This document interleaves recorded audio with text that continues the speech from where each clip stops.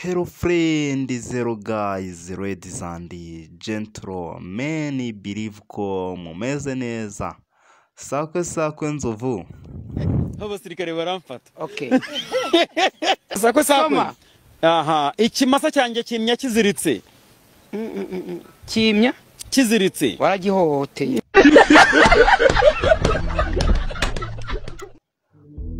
Ngira ngo murabibona ni byoroshye habe n'akana gato twaba tuje muri ya gahunda yacu ya none aho turebera hamwe amakuru yiriwe acacambuwa imbuga nkoranyambaga. Twahera kuri iyi nkuru aho Donald Trump perezida wa Leta Zunze Ubumwe za Amerika yagaragaye ari gusitara kabisa, ari kuzamuka escalator z'indege aho yaravuye mu ruzinduko. Bamwe bakabihuza n'uburyo yasekaga Joe Biden ubwo yagwaga ngo umusaza. Mu yandi makuru ababaje kabisa, RBC yamenyesheje abanyarwanda na makuru dukesha igihe ivuga ko icyorezo cya COVID-19 cyongeye kugaragara mu gihugu cyacu cy'u Rwanda, dusabwa kwirinda kabisa. Indi nkuru kandi Muyoboke yanyomoje ibimaze iminsi bimuvugwaho ko yariye DJ Mifupa babyitaga ati ni papa bebe ndetse na DJ Mifupa, ariko abenshi bakabihuza bakavuga ko ari Muyoboke Alex ndetse na DJ Flix akaba yabinyomoje rero kabisa mu kiganiro yagiranye n'igihe. Bakavuga amagambo ntabwo nabuze umuntu uhari muri showbiz abimbwira abivuga bihagarare nkuko urabona uhagaze ku nkuru ukavuga uti nagiye mu gitaramo cya runaka byagenze gutya. Aho ngaho abantu bashaka kubivuga. So wena musubize icyo kibazo, sometimes bajye bageraho bagire respect.